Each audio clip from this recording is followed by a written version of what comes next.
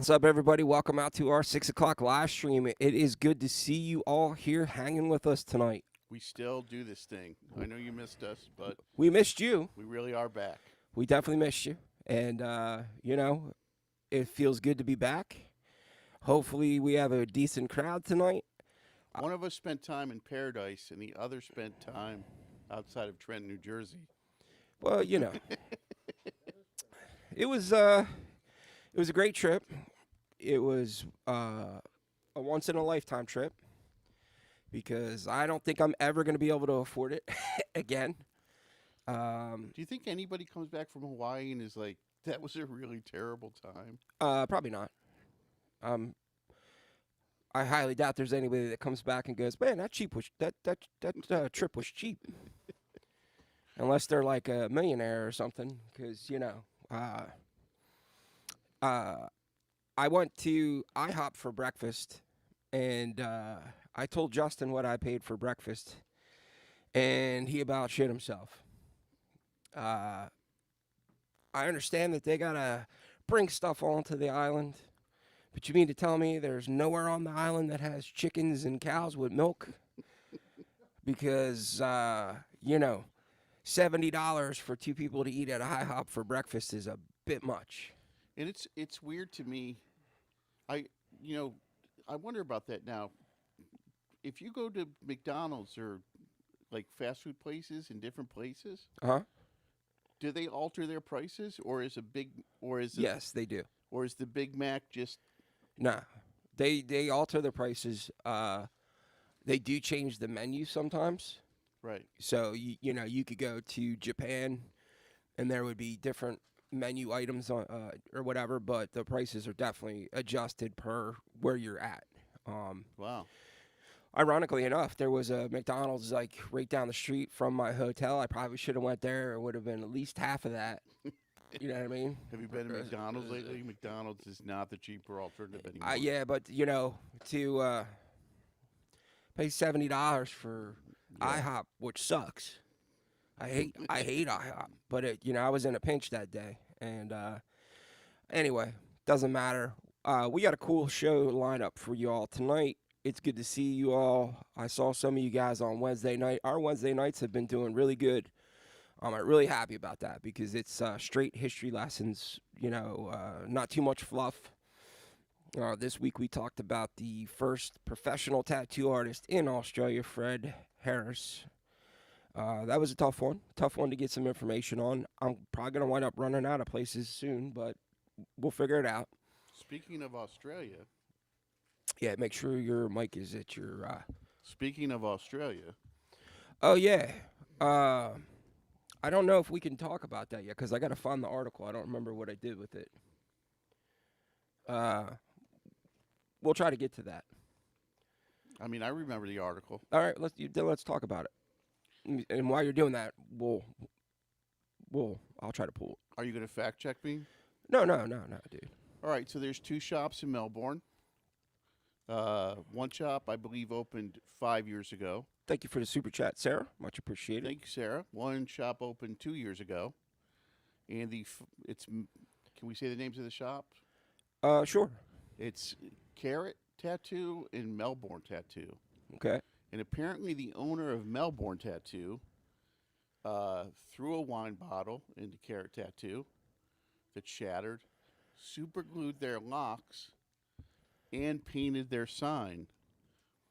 So this caused a little bit of a controversy, and on the social media, within the comments, some people said, well, that's what you get for opening up down the street. But the vast majority of people were like, how could this guy do that? Like, that's not good business. And apparently, the dude from Melbourne Tattoo that, did the spray painting and the super gluing is completely unrepentant about it. He's like, that's what I did. Well, and ironically enough, so I just found it. So the guy that did the coverage of the event, he does some tattoo stuff here and there, but he's not really a tattoo person. Mm-hmm. He was kind of confused on why it even happened. And that's where Justin and I had a side conversation, and we said, well, this is where we talk about this a lot, and it doesn't happen that much anymore. I even talked about it with my interview with Mike Schwaggart.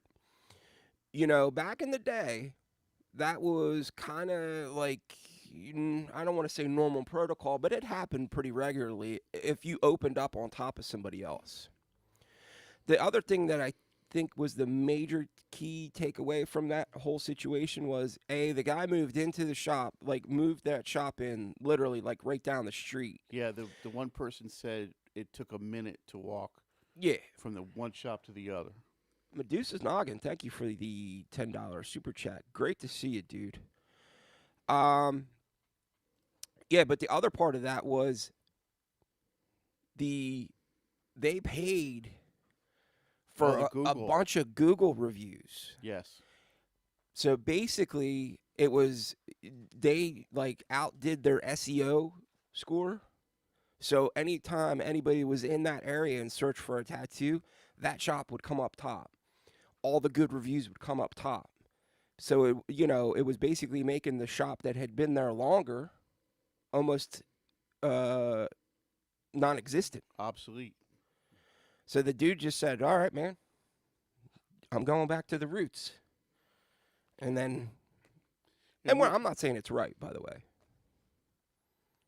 I kind of am, but as far as I'm concerned, look, I don't think we need to go down the road of doing that. I mean, I think that was pretty, you would say, pretty mild compared to stories we've heard. Yeah. Very mild.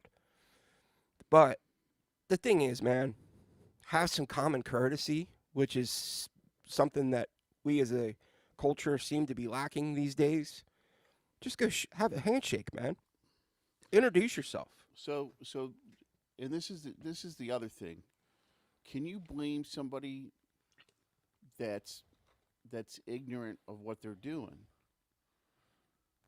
Like the whole idea, like I honestly believe that the people from the second shop were surprised by the animosity because it doesn't even occur to the younger tattooers.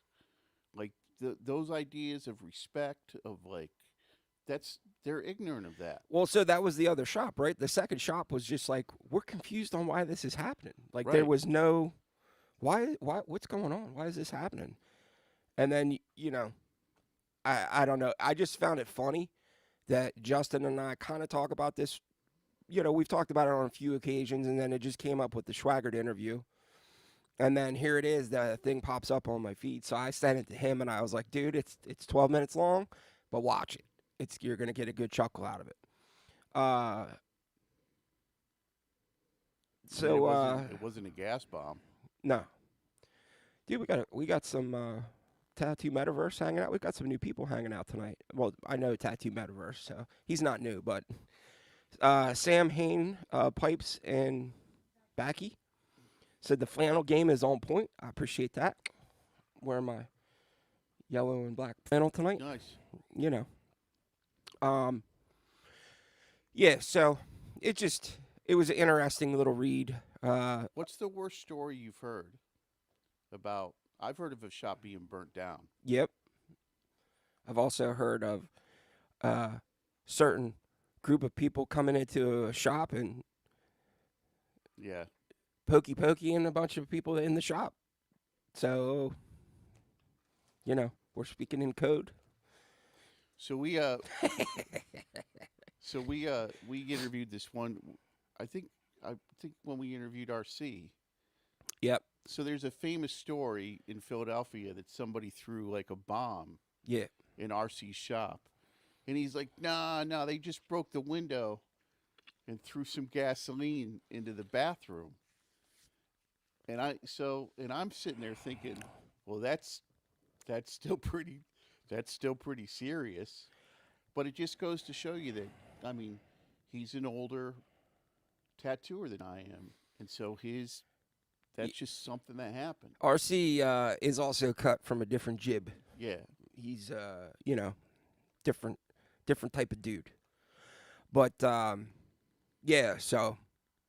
that was we figured we'd bring that up tonight. Had I thought about it earlier, I would have queued that up. I don't know how much of that I could have played without getting some kind of copyright strike, but I found it pretty interesting. I bet you they didn't stop tattooing while they put the fire out. Back in the day? Yeah. Nah, probably not. Somebody, they were like, They were like, apprentice. apprentice, go piss on that for me. Yeah. But so Hawaii was awesome. I'm gonna give you the scoop right now because you're all our family. The rest of the internet world doesn't know about it. But I did get a really good interview done while I was out there on vacation. I was supposed to be on vacation, and I was like, you know what? I'm sneaking my camera. And I got an interview thanks to actually Medusa's Noggin, which is why I'm bringing it up tonight, with the owner of Old Ironside, Harry Sita. I'm in the process of editing it right now, so hopefully it'll be out by the weekend. Fantastic interview, fantastic shop. I was thoroughly floored at how tiny that shop is.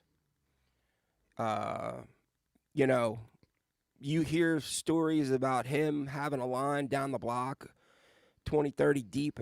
A sailor is waiting to get tattooed. Well, that's because there's only 4 dudes could fit in the shop. I mean, I'm a big dude. I take up a lot of space, and I was a little uncomfortable standing in the lobby because there wasn't much room for me. So I literally have a shot that I took, a picture that I took where I have my back against the wall, taking a picture of a wall that they have of all Sailor Jerry designs on it, and it looks like I'm standing on top of it. Cool thing that they did let me do. Apparently, this is not common, but they let me go upstairs. They said that back in the day, Sailor Jerry used it for storage, and Rollo also used it for storage. But they have it set up now where they can actually tattoo upstairs. They have 2 stations up there. Let me tell you something, man. The ladder is straight up and down. Nice. It's like there's no angle to it. It's almost like a fireman ladder. There's a slight little angle, right? And I walked around and I took some cool pictures and stuff. And if we have time, man, I'll actually throw some pictures up for you guys. But I said I was getting ready to come down, and Harry yells up. He's like, "Just be careful, man. It's real steep." I go, "You'll know if I don't make it." I'm gonna make one hell of a thud, dude. I probably would have went through the floor. The coolest thing about the whole thing, the area, Smith and Hotel Street, that corner, the surrounding area, all of Hotel Street, other than the crackheads that are walking around, it is still Chinatown, and it is very much where the buildings look like they're the same buildings that would have been there in 1940s. So when you're there, Legit. you feel like you kind of step back in time. It was a phenomenal experience. I actually started that day with a drive up to what's called the Punch Bowl. It is the National Military Cemetery. I did go to Sailor Jerry's grave. It has got to probably be the most beautiful cemetery I've ever seen in my entire life. It's in the middle of a volcanic crater. Glorious tribute to those men and women that passed. And we went to Sailor Jerry's grave, and ironically enough, there was a flower lay on this headstone. So I thought it looked like somebody lit either that morning or the day before laid it. And I said to Harry, I go, it makes me wonder how many people go to that cemetery to see their loved ones and whatnot. Like, how many really know that Sailor Jerry is in there, this legendary tattoo person? And I would say probably less than half, right? I mean, you and I talk about this on a regular, that even people that are into tattoos really don't give 2 shits about tattoo history that much. So, but... And then I thought to myself, well, maybe it was somebody that was like a fan or whatever. But then I think the daughter is still alive. Yeah. The daughter's name is Muriel. And I actually did a little digging around today, and I found something on PBS from Hawaii, and it is actually Sailor Jerry's daughter, uh, kind of discussing some stuff in the shop. And I figured it'd be kind of cool to play it for you all. And then we'll get into the other news story that we have. It's actually an update to a story that we previously did, and we're gonna have to tiptoe around that subject a little bit to make sure we pass all the censorship crap. But So speaking of sort of both topics, relations between tattoo shops and Sailor Jerry. You ever hear the 3-drop story? So yeah, there, the 3 drops of piss. yeah, Yeah, yeah. we've talked about it on here. Oh man, Yeah, well, we've talked about it on here like 10 times. it could have been 11. um, I think what I'm going to wind up doing is I'm actually going to mute this because it does have music in it. I'll leave the captions up so we'll kind of, go along through it.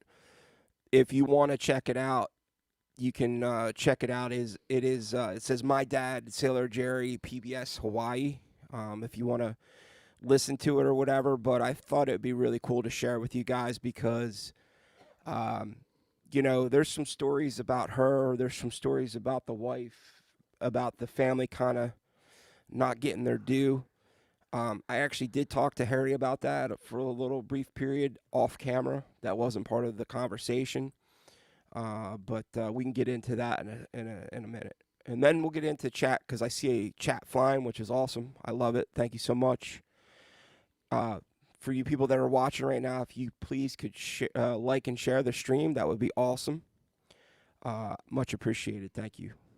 So let's get into this screen share. The shop has changed a lot, obviously, since Dad's day. That's been 73 since. What did that heart with the dagger say? Did that say death before suckass? Because I got that tattoo on me. Yes. Yeah. Yeah. I got that on my leg.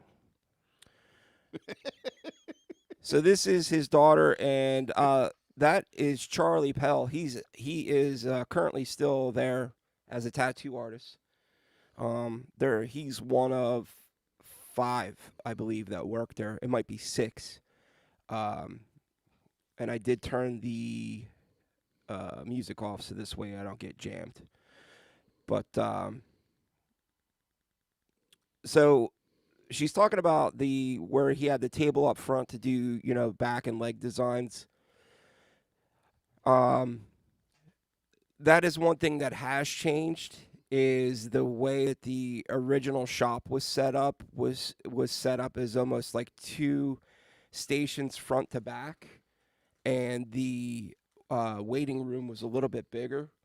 So when Chris and Harry bought it, they did reconfigure it a little bit to make it a little bit more manageable to have more than 2 artists working there. But this is his daughter, Muriel. Obviously, her father is Sailor Jerry. There's a lot of really cool pictures hanging up in the shop. This right here, I have great pictures of. This is when you're standing out front, man. There's a really good shot of, a mural of Sailor Jerry and Rollo, and then the original door.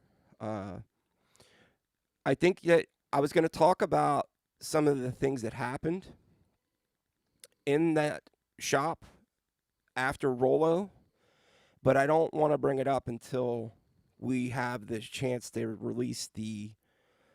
So this is the wall that I was talking about that has all the Sailor Jerry designs. They actually have it blurred out because, as she says, they're not polite for general public. There's a lot of boobs and, curse words and stuff like that on there. I think looking at that wall, I think I've done a third of those tattoos. Okay. Yeah. You know what, man? I can't do this. I gotta get the closed caption thing's driving me nuts. I'll take the ding. One he's known for is a monkey whose butt shows the word aloha. Done it. His women are very voluptuous, pointy-toed, always standing in a posture like a beauty queen. See, but that's something that you and I have talked about, though, where his pinups have that different style compared to regular pinups. And there's going to be one coming up here, He would do some or You see why she had her hands behind her back?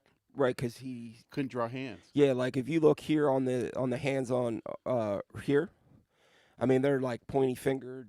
Yeah, They're all janky. he couldn't draw hands. oriental designs, but mostly Yeah, the old-fashioned blonde, American blonde with the Yeah, see, like right here is a perfect example. Like the shading on the face and up here around the hairline, it just gives it that soft 3D kind of look instead of a flat pinup. hair, tigers and eagles and dragons and That's all bad. kinds of art, animals, different kinds of animals. And again, My this dad's is was the wall best. It was the that is behind. Like when you walk in the lobby, it's right to the right. It's a giant brown wall that has all vintage flash, and we're gonna get into the flash part. of the work I've seen and compared with it. I like his work. I like the fine, distinct lines, the nice shading and so forth in his work. And you can tell a Sailor Jerry tattoo when you see it. You know it.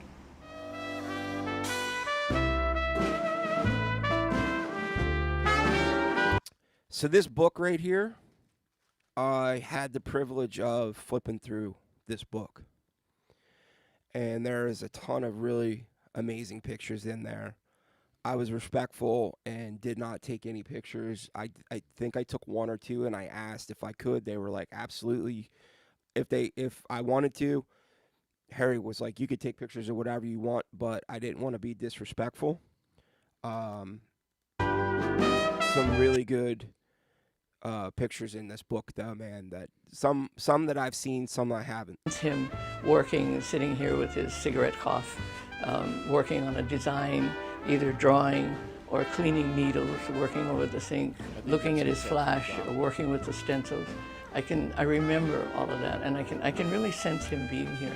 It's a good feeling. So that photo, the bottom photo there's a copy of that in Sailor Jerry American Tattoo Master with a caption, with quite the caption on it. Okay. I can really sense him being here. It's a good feeling. I'm trying to cut out the music when I can here.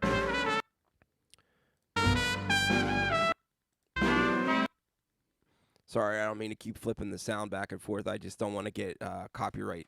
So if I can get away with $2 a day to come down and clean the shop. So I knew his work. I saw his work, but only here in the shop. So $2 a day you used to pay her to come down there and clean the shop.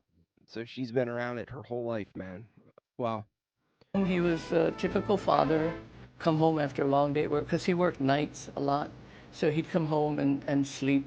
We lived on a boat when I was young. That was kind of a natural thing for Dad because boats were his thing. This is a Dennis the Menace comic, and the artist who draws Dennis the Menace actually took a trip on Dad's boat where he was doing shoreline cruises and Pearl Harbor cruises. The boat was named the Oina. Dad was the captain, and they made a fictitious story here of the adventure.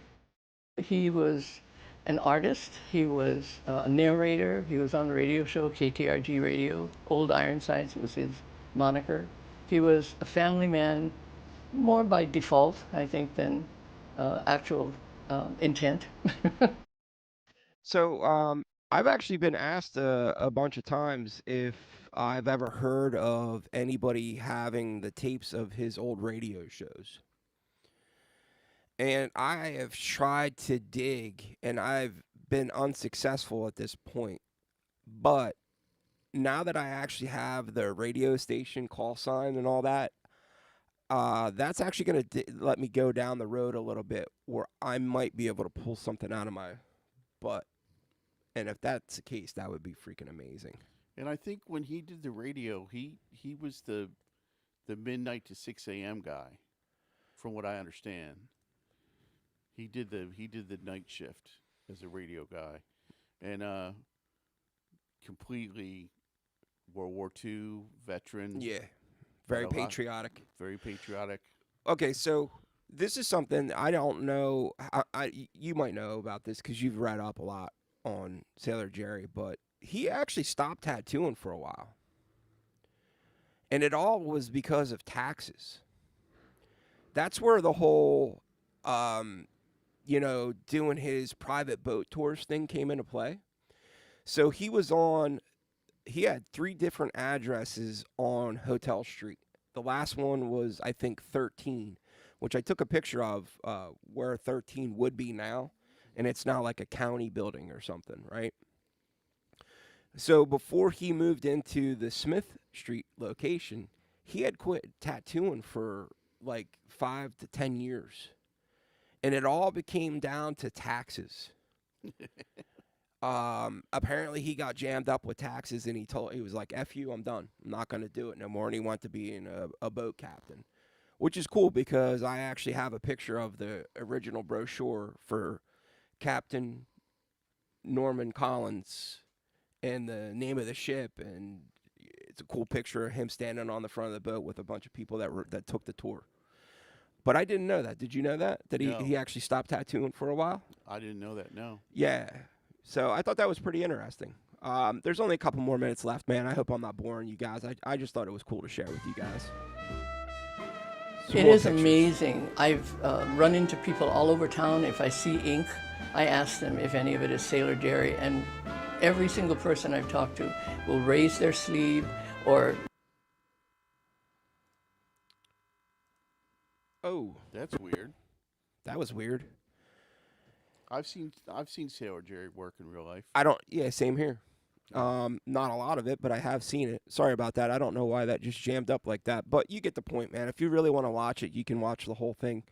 It's really interesting to watch because you don't really hear too much about the wife and the daughter other than, the stories with the war between Kate Hildebrandt and Rollo.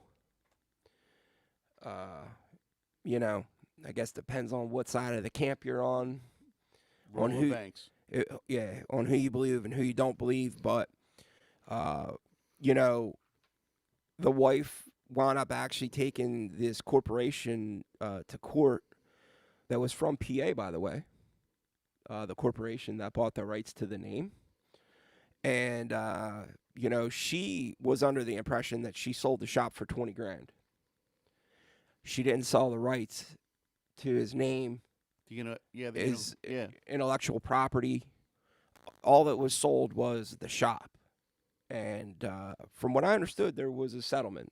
She did get some eventually. So there was a Sailor Jerry store in Old City for a while, and the thing I remember most about it was they had custom made red velvet like wallpaper with the outlines of the Jerry designs in black, and it was really, really nice. Yeah.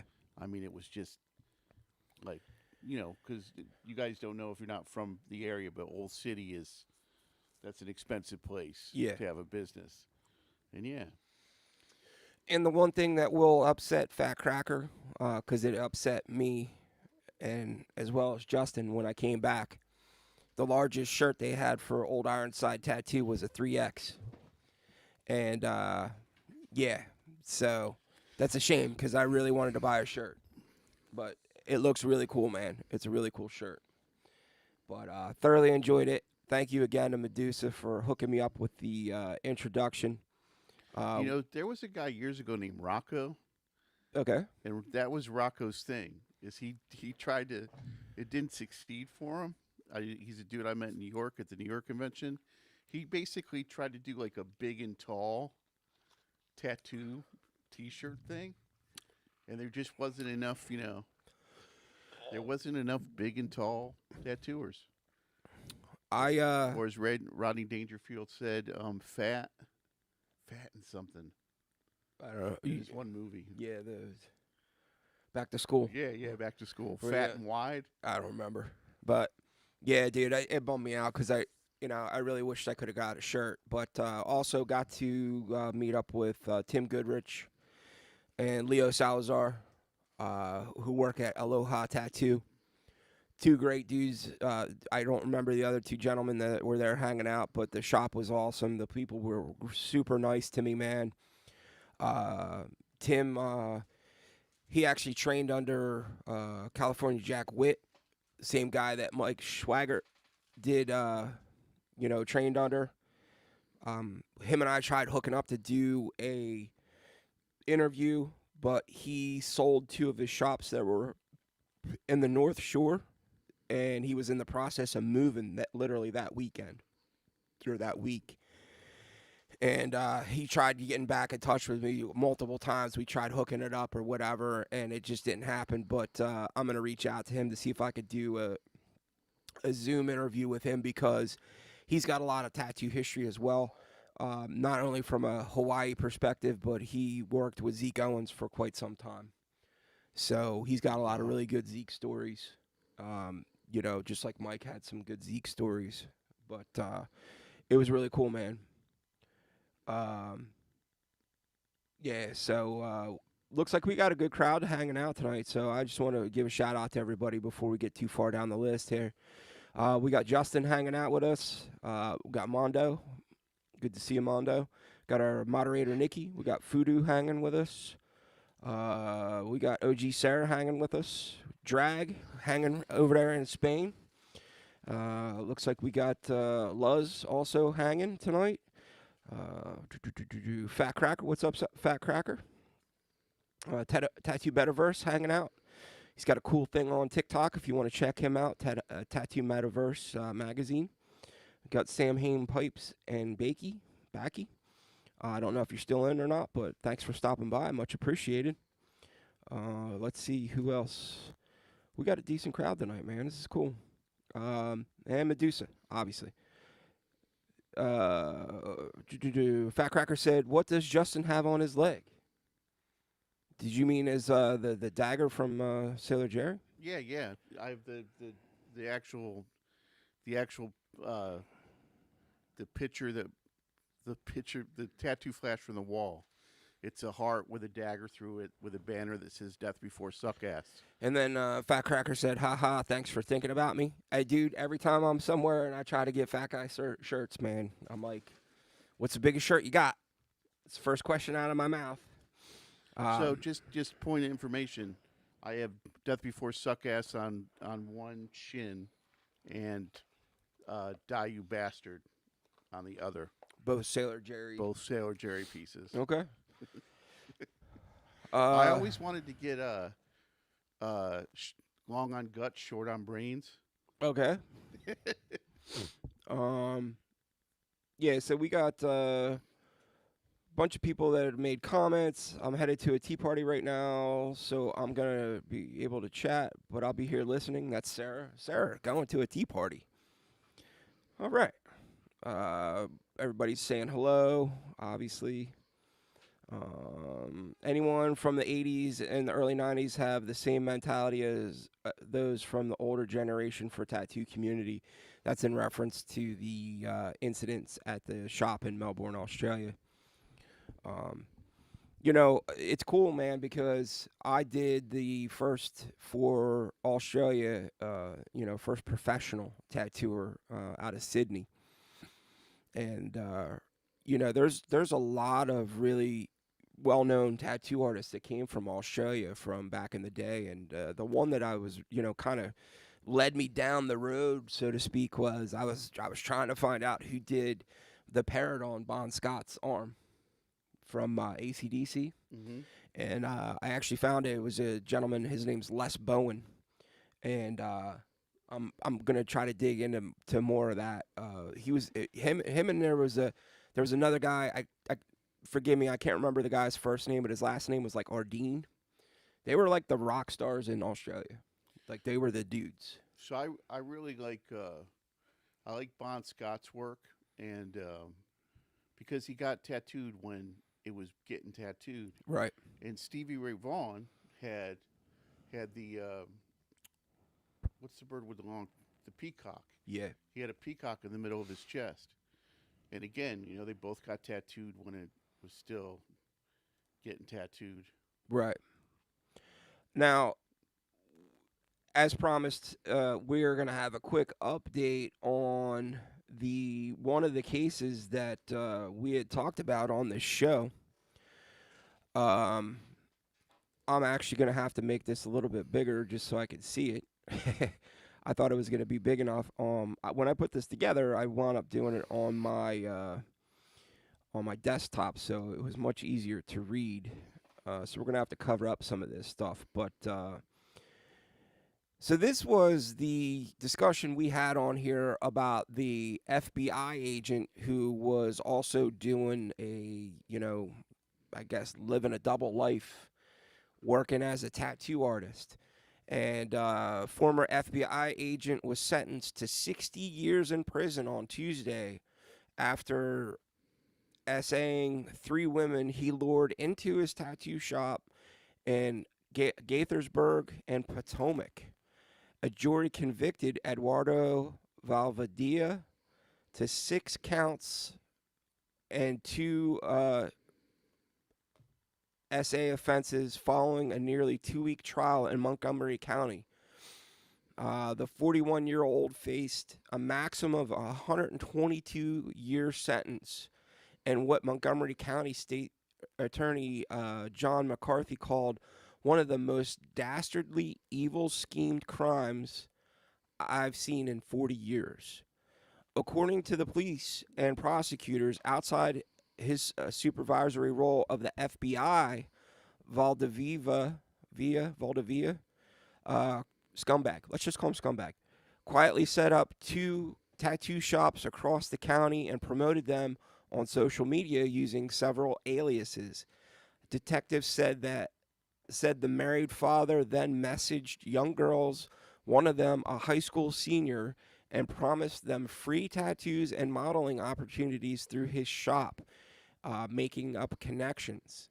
The scheme was attuned to scumbags' training and skill set in deception, McCarthy told reports on Tuesday. He was using the technique he learned in the FBI in terms of grooming and manipulation to manipulate these young girls. The trial was the second felony case scumbag has gone through in Montgomery County in the past 3 years.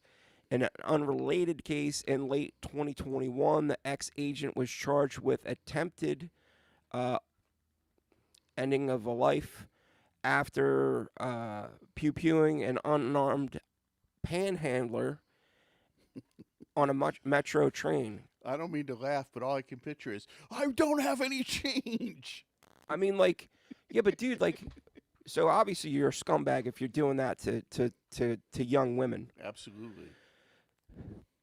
I hope that he. But then that like takes the cake, dude. Like you're just randomly just walking up to a homeless person and doing that. Like, come on, man. I mean, he didn't have any quarters.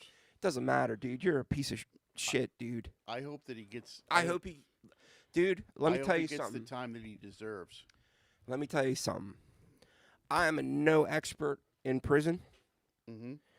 I know plenty of people that spent time inside.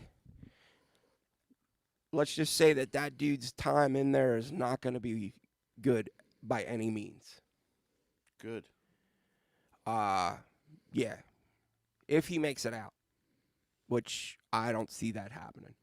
They're going to have to put him in some kind of special area because he's going to live a daily hell. I mean, unless they well put him in deserved. PC. Well deserved. Yeah. Because you're a piece of crap, dude. If you do that to young underage women, and then on top of that, I didn't even know about the whole, homeless person thing. But, dude, it's just, it blows my mind that, and look, I'm not going to sit here and act like I'm like anti-cop, anti-whatever, because I'm not. They're doing a job just like everybody else. But when you're doing that and you're taking advantage of that position to do seedy shit, you're a scumbag. Just like the dudes that were the cops I don't remember the two dudes' names, but they were working for the mob up in New York, and they were the two cops. They were supposed to be, upholding the law, and they were actually working for the mob. I mean, I don't know, dude. Just it pisses me off, man, when people like that just abuse their situation. Yeah, Fat Cracker said he's gonna get PC'd up. Mark Hawkins, what's up, man? Nice to see you. Uh, you know, I mean, I don't think it's got to be to the extreme of, do I have permission to touch you?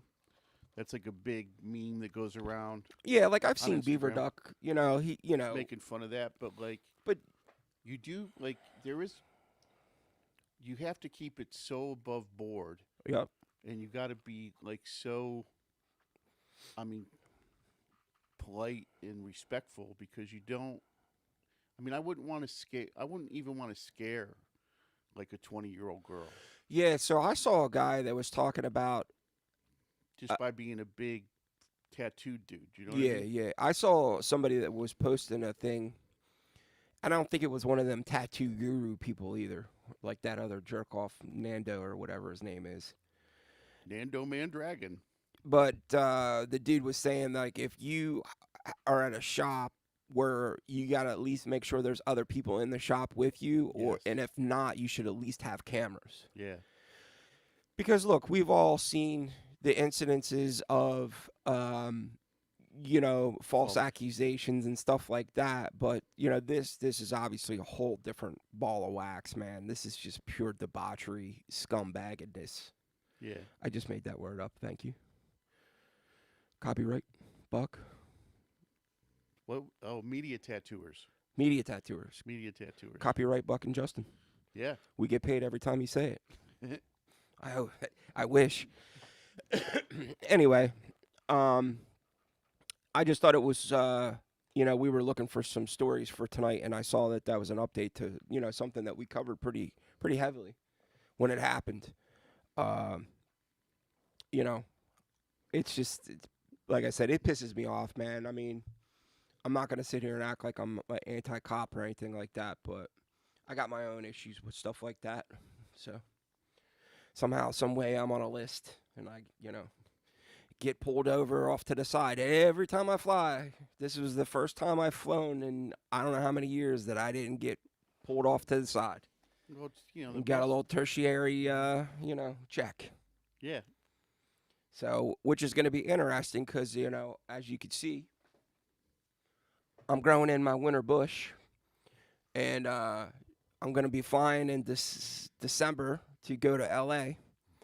I have a phenomenal interview set up with a legendary tattoo artist. I'm really looking forward to that. Yeah, so I'm going to be flying with a full beard. So, let's see what happens when that goes down. But I also have an interview set up with Beaver Duck. So that'll be a treat, man, to hang out with that cat for a little bit. I really would like to actually interview him and the big dude Happy that he tattoos with, and then there's the other dude King Zone or whatever. Who's the dude with the wheelies? That's the dude I'm talking about, King something, man. That dude is hysterical, dude. I laugh every time I see his stuff, man. You know what I saw today? It was a tattoo of two cholos, but they had food dog heads. Like food. Yeah. And the guy under the picture was like, "Look, I did two food dogs." I thought that was hilarious. So, moderator Nikki said the prisoners got to the guy from that '70s show. That dude, Hyde or whatever. Saying it was like a month ago. But now Fat Cracker saying I know he's in a low security prison now, so maybe before they transferred him. Yeah. I believe they did transfer him after they got to him. Wasn't there recently a guy that was like a metal? He was in like like one of the new metal bands, like Yep, Black Veil Bride. he just got unalived in prison. Yeah. Yeah, well, so, dude, we can't even get into that story without getting yanked off the air. Yeah. But that dude deserved it. Absolutely. They definitely deserved it. In December, I will be flying out December 11th. I fly back on December 16th. Do moderator Nikki said Winterbush means something different from where I'm from. Yeah, well, uh, Mark, are you talking about the metal dude, that guy that was in the band Fallen in Reverse? Fallen in reverse. Yeah, multiple times, like 50 times. He looked like Swiss cheese. You know, I do. Speaking of Winter Bush, I do sort of miss the '80s. Wow, this Do you know what I mean? conversation just took a massive left turn. Do you know what I mean? You ever see that Star Trek episode with the Tribbles?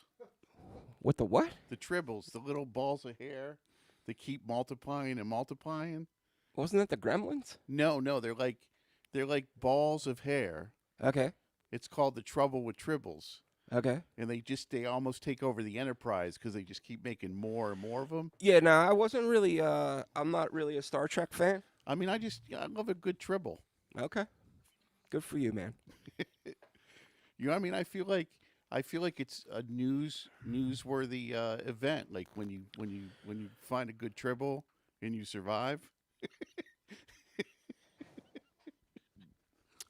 So you were talking about Hyde. Yeah, I don't think they shivved him or anything. I think they just lumped him up really good.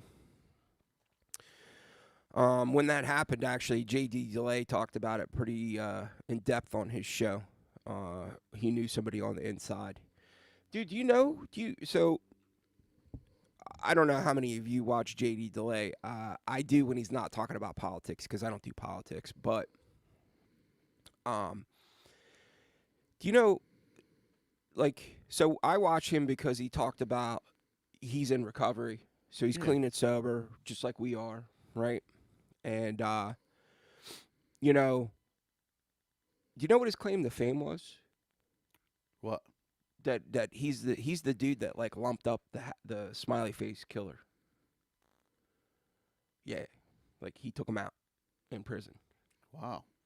It's from what I understood. So yeah, but yeah, he speaking of, man, I mean, I'm less than a month away from hitting my 12 years. Nice. You just had your anniversary, right? Yep. How many years you got now? 34. Dude, clean and sober for 34 years. You are clean and sober longer than some of these people are alive. Yeah, I was super young. You know, I was I spent my paper route money on crack, and Nice. no, I was 20. I started getting high at 12 though, so I took I mean, my heroes at the time were G.G. Allen and Darby Crash from the Germs, and Fat Cracker said I got 62 years. Well, that means he obviously has never drank or did Really? drugs. oh, So my stepfather Donnie's mother, Bertha, her name was Bertha, lived until she was like 76 and never in her life crossed the threshold of any business that sold alcohol. Ever.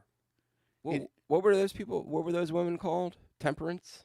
I mean, Was she part of the temperance movement? I don't think so. I just think that she was Interesting. like super old school Pennsylvania Dutch or whatever. Like, Yeah. Never. Can you imagine? Nope. Like, I can't even imagine. Like when I don't know. We're definitely getting off the subject of tattoos, but we only got 10 minutes or so left anyway. So fuck it. I can't even imagine like the people that sit down at a dinner and have a glass of wine or a beer. Dude, that blows my mind. Like it doesn't even compute to me. Cause man, I'm like Frank the Tank, dude. As soon as it touches my lips, I'm like, game on. Doesn't even make sense to me, dude. so I do have a funny story though. okay. So, I'm out at dinner in Hawaii. I'm having a fancy dinner. And I get tiramisu. Right? Now, sometimes, I'm sorry, it was flan. Sometimes flan is made with alcohol, but it's called something different. What? I mean, Flan is like a custard that they put this like crust to it. It's like sugar that's kind of caramelized on top, and then they drizzle this sauce on it. It's delicious. It's Mexican, right? I'm all like, all like right, man. Elflon? I'm saving room for flan, right? I'm all excited. I take one bite, and I'm like, puh, and I put my right, and I say to the waitress, I said, yo, she's like, is it no good? I said, can I ask you a question? She's like, sure. I go, is there alcohol in here? She's like, I don't think so. I go, can you double check for me? And she's like, oh, do you not drink? And I go, I do not drink. And if I did drink, you don't have enough bouncers in here. And she was like, oh. So she goes back to the kitchen and she comes back and she goes, no, what you're tasting is the vanilla and something else that gives it that little bit of. I mean, it's been 11 years since I've actually tasted alcohol, other than maybe like cough syrup. So I automatically thought that it had like some kind of liqueur drizzled on top, and I went, "Oh no, dude! Did I just ruin my whole thing?" I don't know if that's officially ruining it, I might call but that in my mind, I might call. So if you thought there was alcohol in there and you went back for a second spoon without checking, then that would have been that's a relapse. But, okay. But yeah. Not to get all like on you guys, but in my mind though, I was like, "Oh no." I can't think of their shop, but Bill and Junie Salmon, right? Uh Something Diamond, huh. Okay. right? They're I know of them. I don't know the name of the shop. old school tattooers from California, tattooed with Don Hardy and those guys. So I met Bill one time, Bill Salmon, and he had 3 dots on his hand. Okay. And I was like, What are those? He goes, those are my drinking dots. He goes, if there's 3 of them, I'm good. If there's 6 of them, I'm getting worse off. If there's 9 or more, can't get behind the wheel. Yeah. Well, So I wondered if that was like a thing, like drinking dots. Is that like a old school Navy thing, or? it's the first time I'm ever hearing of Yeah. it. But I don't know if at that point in my mind I was like, well, if you jumped off the cliff, you might as well. If you're gonna be a bear, be a grizzly bear. Yeah. At that point, if you already jacked it up and you just gave up your time, might as well make a night of it and hope you make it to the next day. Really? I think at that point I was just like, that's how pissed off I was. Like I was that irritated that it was like, oh man, you know what I mean? I'm not saying I would have did that, but in my mind at that point, that very point that I was pissed, I was like, well, fuck it, man. I might as well just go grab some margaritas and just let this shit fly, dude, and hope I don't get arrested in Honolulu. Because, I drink and I break out in handcuffs. Mark just said the comment delay is wild. Yeah, it's a couple seconds or so behind. And Mondo said congratulations to you both. Mark Hawkins said congratulations to both. So did moderator Nikki. Are you filming the tour when you come to LA? Fat Cracker, we could talk about that. I would like to possibly do that. I'm not sure how much time I got, but we'll talk about that for sure. Fat Cracker said, yeah, and the world is better off that way with him not drinking. Mark said some vanilla extract might they make with alcohol, but I wouldn't count that, homie. You're good. Right on. Pure Hawaiian vanilla is a different flavor than the extract you buy. Okay, that makes sense. So Mark, we have it on a delay because that's YouTube, so it syncs up, and then also that gives us an opportunity to DOS boot any douchebags out of chat. Right. Medusa said yes, congrats guys. Right on. So Thank you. yeah, man, it's not something that Justin and I talk about that often, but his just happened, mine's getting ready to come up, and you know, um, yeah. So I'm really looking forward to it. I have a bunch of really good interviews in the works. So it's I'm really, really hoping we're gonna have a strong year coming up in 2026, man. Plus, I don't think I've talked about this on this show yet. I've talked about it on the Wednesday night. Um, I have been asked to be a contributor for TAM, Tattoo Artist Magazine. Um, I'm still trying to work out some details with those guys, but I actually did talk to Dave today. So hopefully I will be doing some stuff with those guys and trying to figure out a way to make everybody happy because if I do something for them, I don't think I could put it on my channel, but we're gonna hash that all out. So we'll figure it out. I'm really looking forward to that trip to LA, man. I'm trying to line up some other,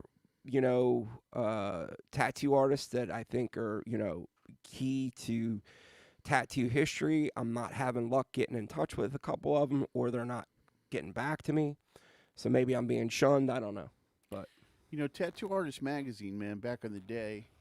So I think probably during the heyday of tattoo magazines, there was Tattoo, International Tattoo Art, and Skin and Ink. Those were the three really, really big ones. But definitely Tattoo Artist Magazine was made for tattoo artists, and they did these like in-depth interviews with guys that sort of were ignored by like mainstream tattooing. There was the one issue was all about Mike Malone, had all kinds of his flash in there, and it was just it was a good magazine. So in the first issue, they did this thing, right? It was a picture of a machine frame, and it said, tell us what kind of frame this is, and if you're correct, you can enter the raffle to win the machine. okay. Right? Or tell us what this is, meaning a liner or a shader.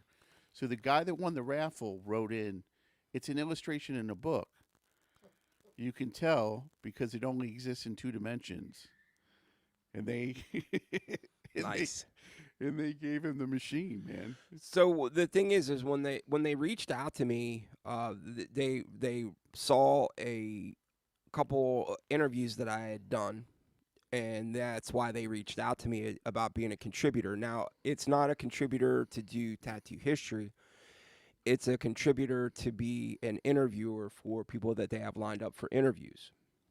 Now, I had said to them, look, I am not a tattoo artist.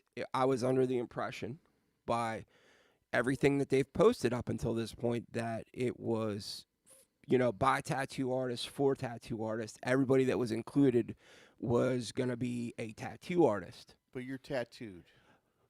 So, Like you're extensively tattooed. no, I understand that. But so he said to me, he goes, well, Bill Tinney wasn't a tattoo artist.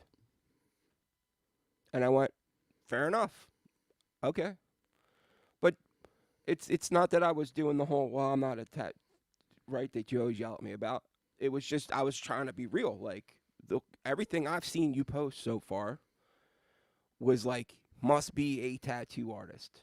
You know what I mean? Whether it was a contributor, photographer, graphic artist, writer, everything was like must be a tattoo artist. So I was like, well, I felt like I needed to tell you that right off the bat. So there was a story in TAM, circling back to Sailor Jerry. Guy comes into his shop and he's in his whites, his sailor whites. And Malone was in his shop with him, a couple other people, and the dude was just annoying the shit out of Sailor Jerry. So Sailor Jerry did something where he like sprayed him with alcohol, but at the same time got I'm drawing a blank on what the purple stencil paper is. Like the Thermofax? Yeah. Yeah. He sprayed his whites with like basically purple dye just to get him out of the shop. You know what I mean? He like ruined his dress uniform. Wow. And just because, that's what he was like. Yeah, man. Well, you know, up until December 7th, we were talking about this before the show. Those guys were partying all night. Whether they were visiting the different bars, strip clubs, restaurants, ladies of the evening, getting tattooed, and then after Pearl Harbor happened, All during the day. it all happened during the day. There was All a during the curfew day. as soon as it went dark. The lights were off. That was it. There was no. So, while putting together some footage for the Harry Sita interview, I actually have, I would say a majority of it is shot during the day. There are a couple snippets of nighttime, so that would have been up until December 6th. So Speaking of sailors with tattoos, I don't know if you showed me the story or not. he said, Mark said spirit paper. Spirit paper.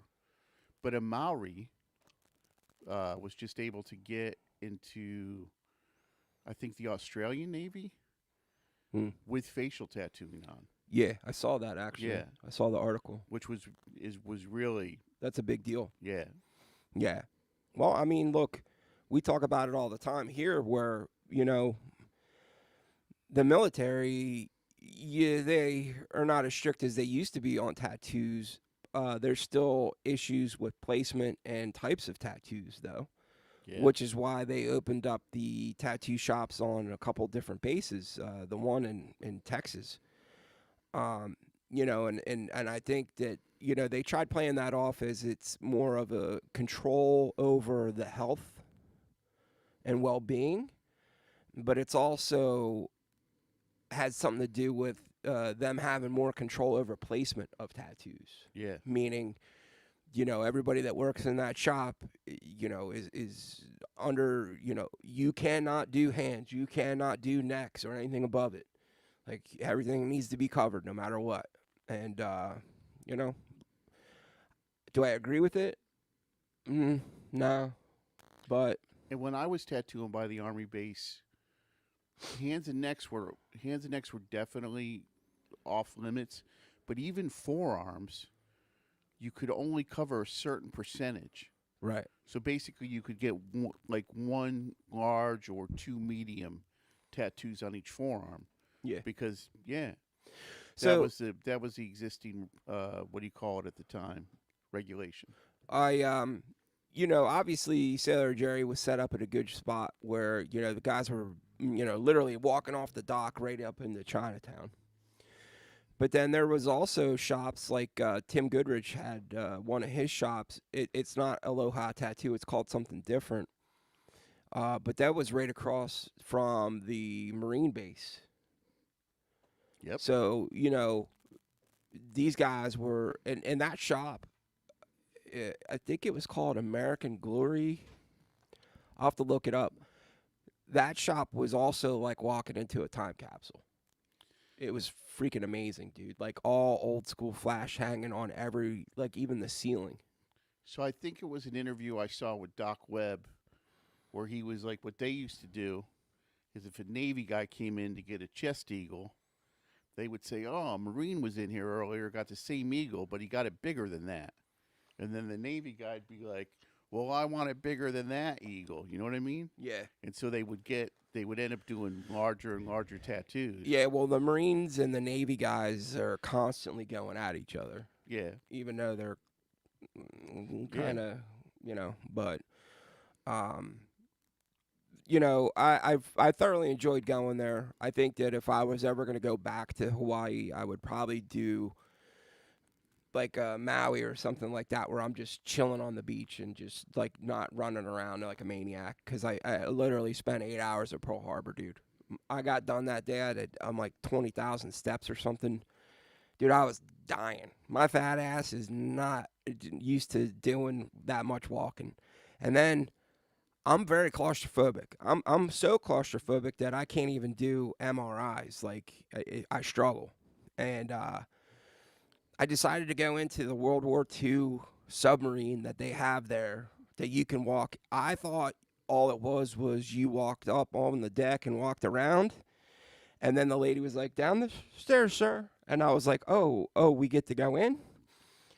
So I was like, okay, I'm going to go in. And then I thought all you were going to do was walk into the one room where they had it was like an engine room with all this brass. It was beautiful inside. And then she was like, next room goes that way. And I looked and there was like this portal. Now, my wife is tiny. And there was a tiny Asian man and a tiny Asian woman.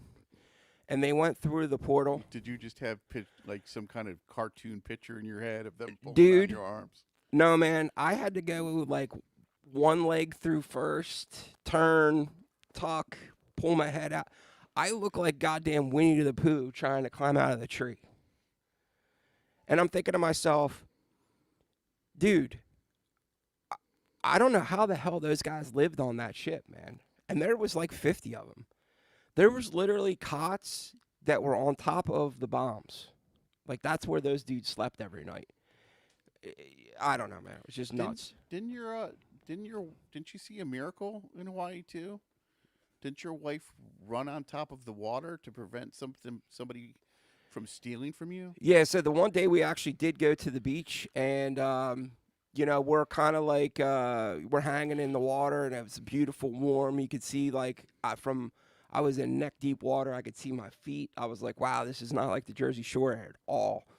And we're and the beach wasn't really that crowded. It was really nice, man. It was beautiful. And then all I hear is my wife go, hey!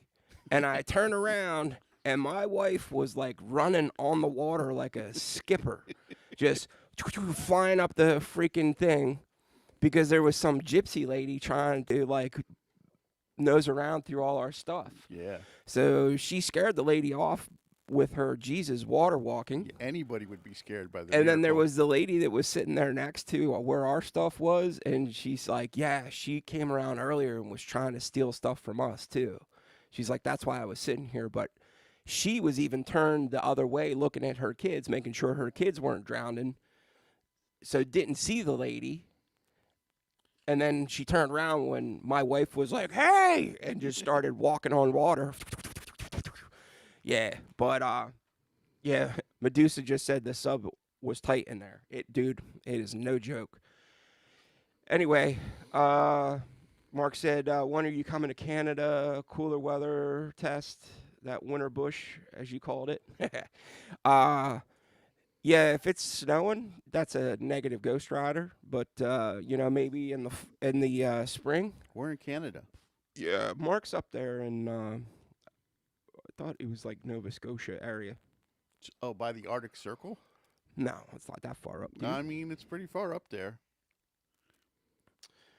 Yeah, Drag just said it's winter there now, so you can't go in the water. He's Spain, so that means everybody over there in Ibiza's not doing their thing. Is Nova Scotia where you can take the ferry there from Maine?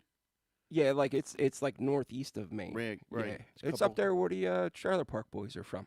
Ah, the Trailer Park Boys. Yeah, actually, that's where Sarah lives up that way too. I think. What's that band from up there? The greatest three-piece band that Cream? ever was formed. The Holy Triumvirate of Rush. Ah, yes. Yes. Cream. I'll smack you, dude. I don't have a problem with Cream, but anyway. Yeah, that's a toss-up for me. Dude, as far as power there trio. is no competition at all.